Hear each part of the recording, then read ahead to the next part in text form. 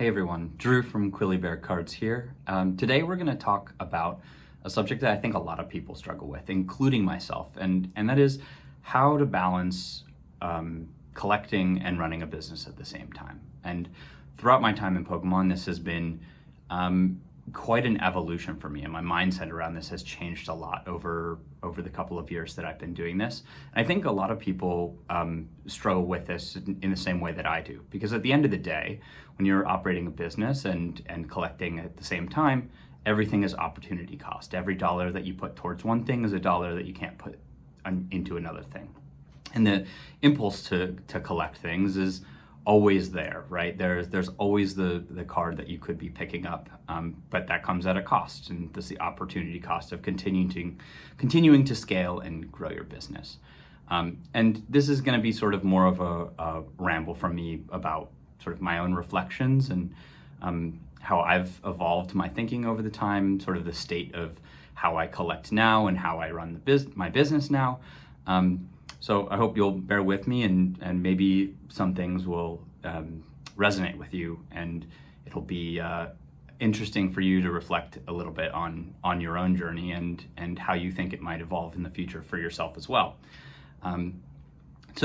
Rewinding a couple of years, I talked a little bit about in my first video how I got back into Pokemon in 2023, and I sort of immediately fell in love with grading. My business even now is centered around buying collections or raw cards, grading them, and then selling them. And my collection has primarily been graded as well.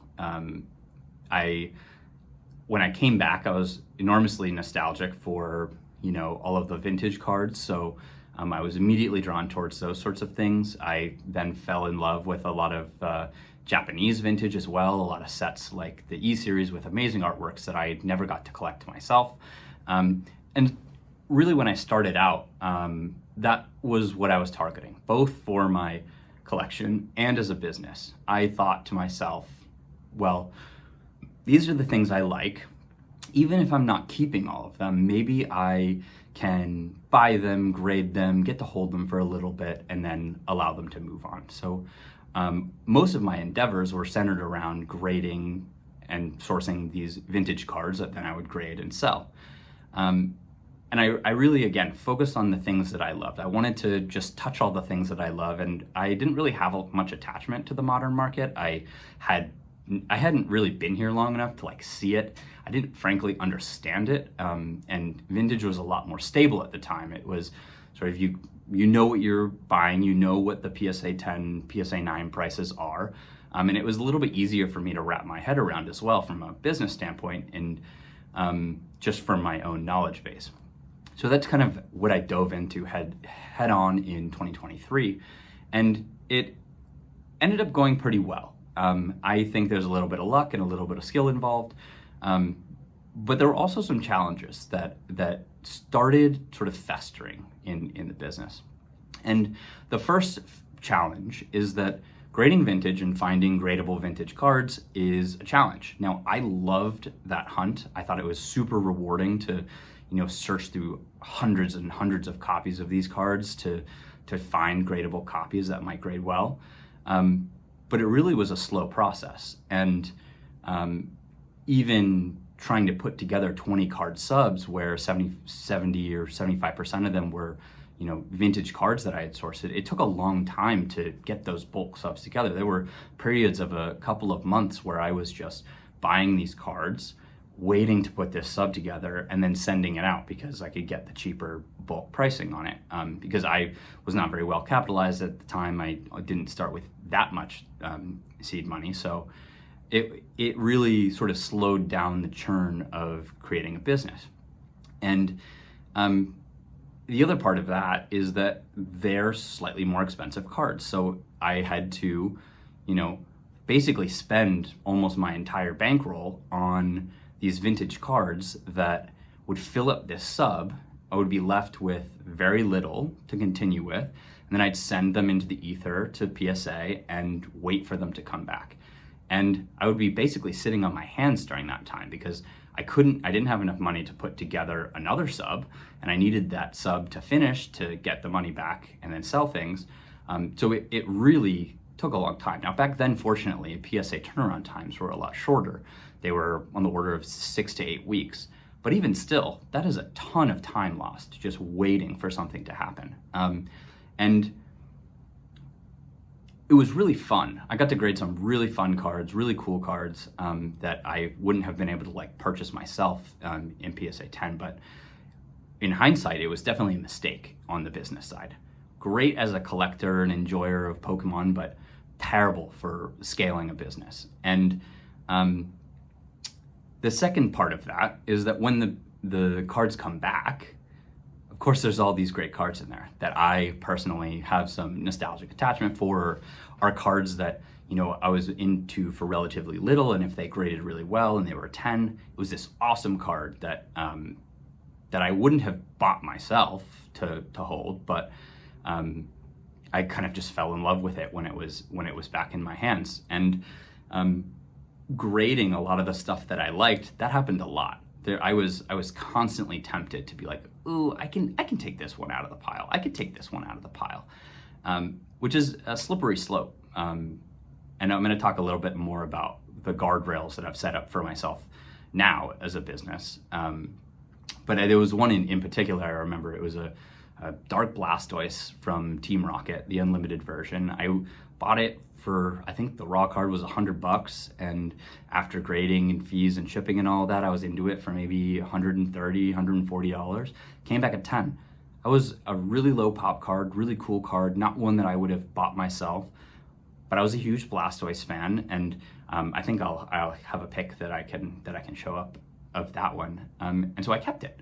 And I was like, oh my God, this did well. I mean, for pennies, this is, at that time, you know, it was a quote unquote big card for me. It was almost $1,000 card. I think it was $800 or $900 at the time, but that was a lot of money. I was like, I can't afford to buy this for my PC, but at $150, maybe I can.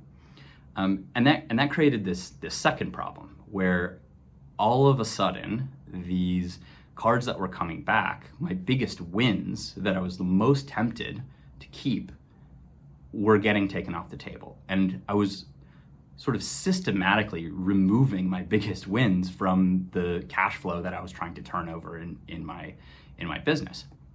And I was, again, slippery slope. I didn't really have a plan. I was just kind of feeling it out, getting a sense for things. I was new, so I can excuse myself for that. But it caused this like compounding interruption. You know, that I was again systematically removing all of my biggest wins from these grading sums, and my collection was really cool, and I liked all the cards in it, but it was very detrimental for me in growing the business. There was this problem is, you know, I was moving slowly, grading all these vintage cards, spending a lot on them, not to mention is like if they came back 9s or didn't grade well, like either I have to crack them and send it back and then wait a while again to try to regrade them, or there was, you know, they tended to be very binary, right? Either they were huge wins or slight losses, which when you're dealing with sort of larger value cards and you don't have a lot of financial cushion behind you, that can really slow you down.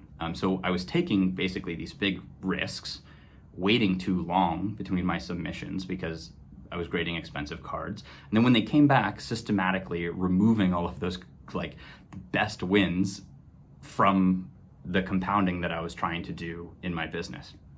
And it took me about a year to notice that I was kind of just treading.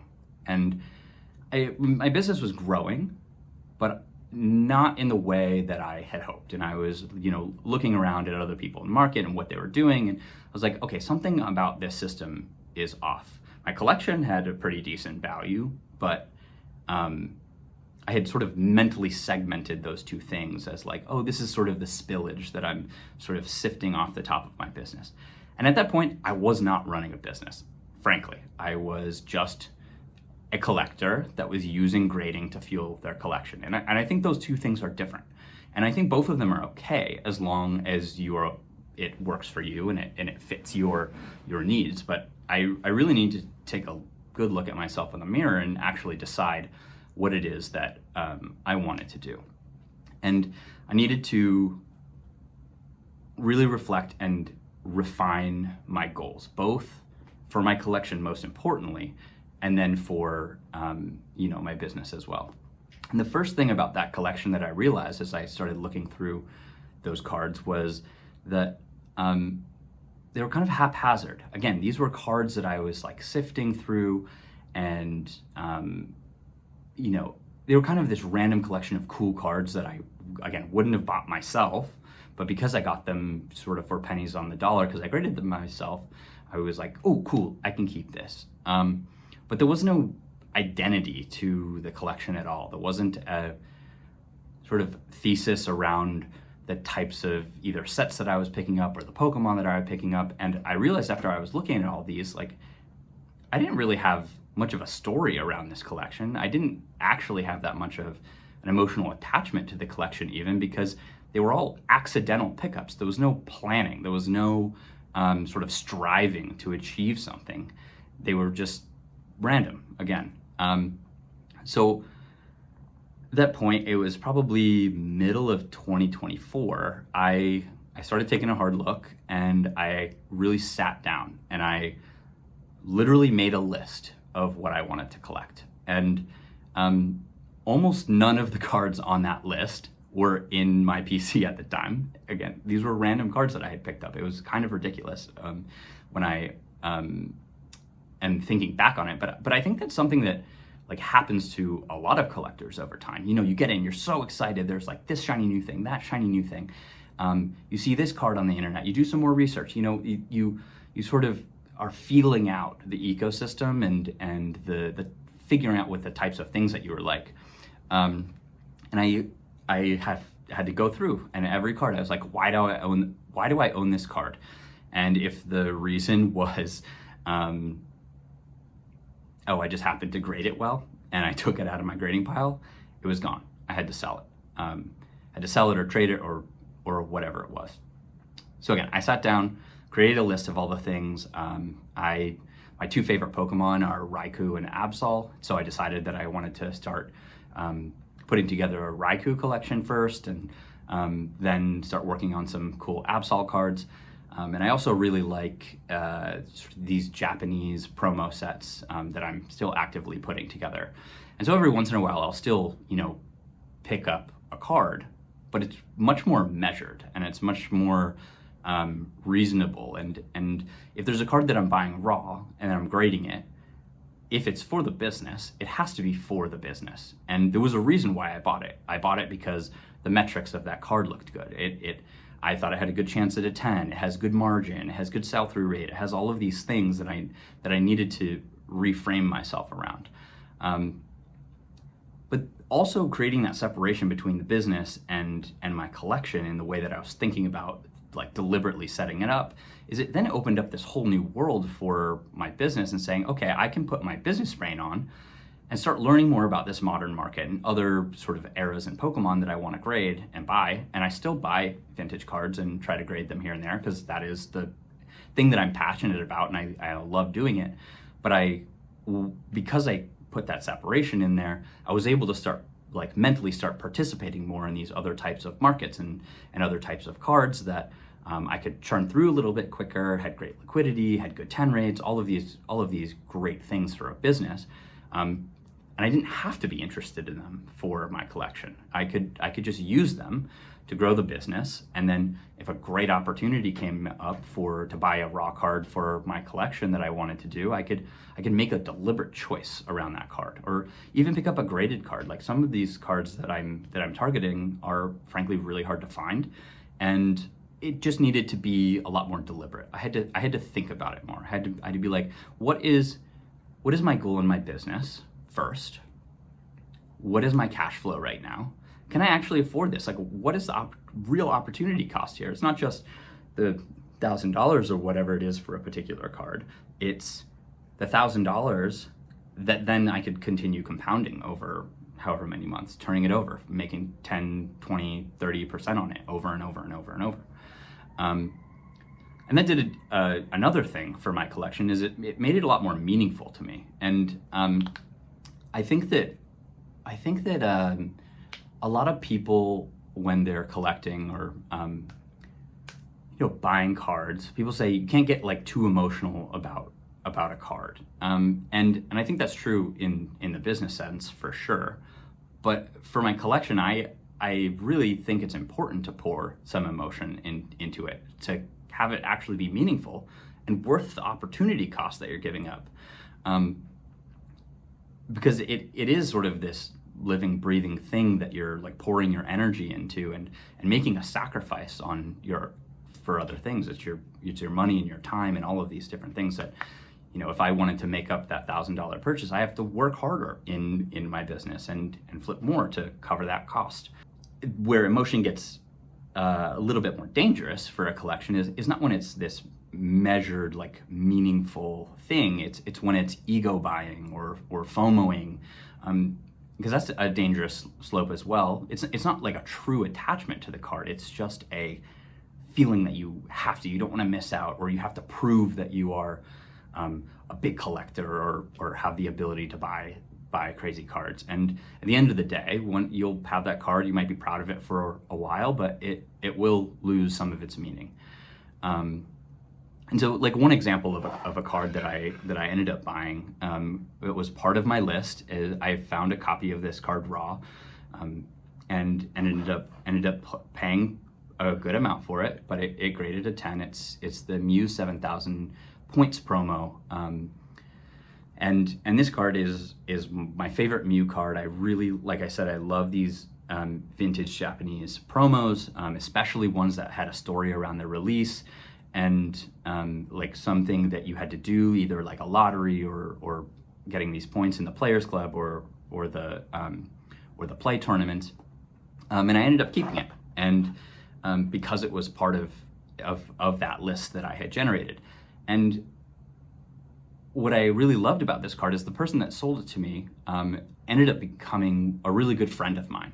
And this card has a lot more meaning to me now because of who I got it from and sort of the story behind the card, the preparation, the deliberate choice that I made to pick this up. And now this copy actually has a lot of meaning to me. And I think this is where, having an emotional attachment to your collection can be a bit of a double-edged sword, because I know it will be really hard for me. People say, like, I can, the price on this card has gone crazy, and I've 4x my money, and I think I'm going to be able to buy it again for a cheaper price. But, like, the fact of the matter is, I'm not going to get this copy back. And I have whatever mental illness it is that makes me very attached to particular copies, either because of the way that I obtained them or the sort of backstory of the relationships that I had with people that enabled me to pick them up, or the work that I had to put in to afford to pick something up. And so it can be a bit of a double-edged sword, because it will be very hard for me to part with this card. One thing that I think is a better way of saying it is, like, you have to sell the cards that the market values more than you and keep the cards that they don't.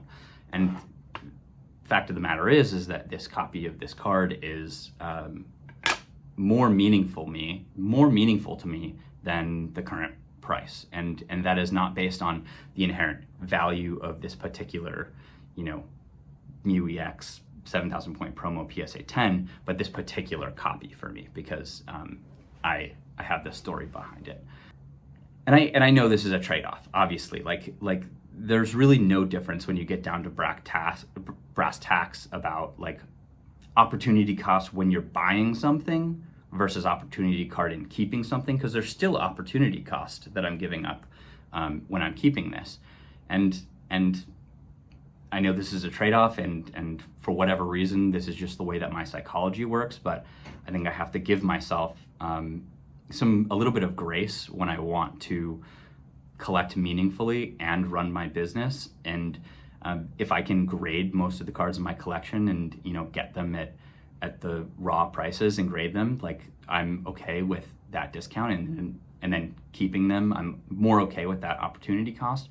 But I think the most important thing for me in this whole evolution and process of having a collection and being deliberate about the collection and running a business that is sort of psychologically separate is it allows me to do both things sustainably, both financially and psychologically. And I think that if I were to just go pure demon mode and sell my whole collection and pour it all into the business, I would 100% end up better financially. My business would grow by a lot, but I don't think it would be sustainable for me. I think I would regret it. I think I would lose some of the passion that actually keeps me here. So if I keep that passion, then it may actually be better off for me in the long run, and I'll be able to, keep collecting and running the business, which is really the part that gives financial benefit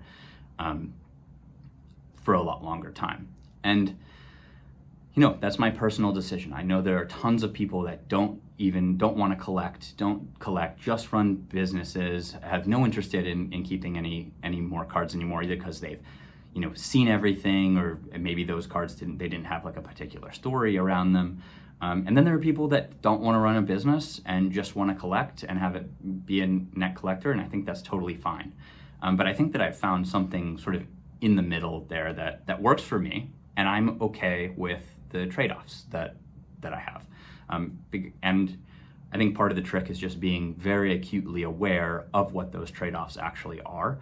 And as sort of a last point, I think maybe I've given some of the impression here that, I have this list and this list of cards that I'm going to get, and every time I put something into my collection from that list, it's going to stay there forever. But collections are living, breathing things, and I'm sure that at some point my goals will change, my life circumstances will change, my interest in particular cards will change, or the market will be so insane that it values particular things more than me, and I'll sort of adjust course. But and I think that's okay as well. I don't think it's hypocritical for collectors to be all in on one thing and then completely change course. But I think that doing it willy-nilly will end up setting you back quite a bit. Because at the end of the day, everything has a price. And I think the thing that I found really important and that I encourage everybody to do is build the collection that is actually meaningful to you, and be very clear, write it down, reflect on it. Why do you have certain things? What's the point of certain things? If the point of certain things is just to have them because you think that they're going to appreciate, that is completely valid. You can do that, absolutely. But for the things that you want to have as collection pieces and be passionate about, I think it's really important up front and periodically to reflect on being deliberate about what those things are and why you have them. So I'm curious what other people think, how if you're a pure collector, and you've made it to the end of this video, or you're a business owner or some fusion of the two. I'd love to hear from you in the comments. And either you can tell me about the types of things you're going on, how you've balanced having a collection and running a business, how you've decided that collecting isn't for you right now and maybe in the future you want to do it. I think there's a lot of ways to do this that are acceptable, totally fine, and very rewarding depending on who you are. So with that, that was the end of my rant. Thank you all for listening, and I will see you guys on the next one. All right, thanks.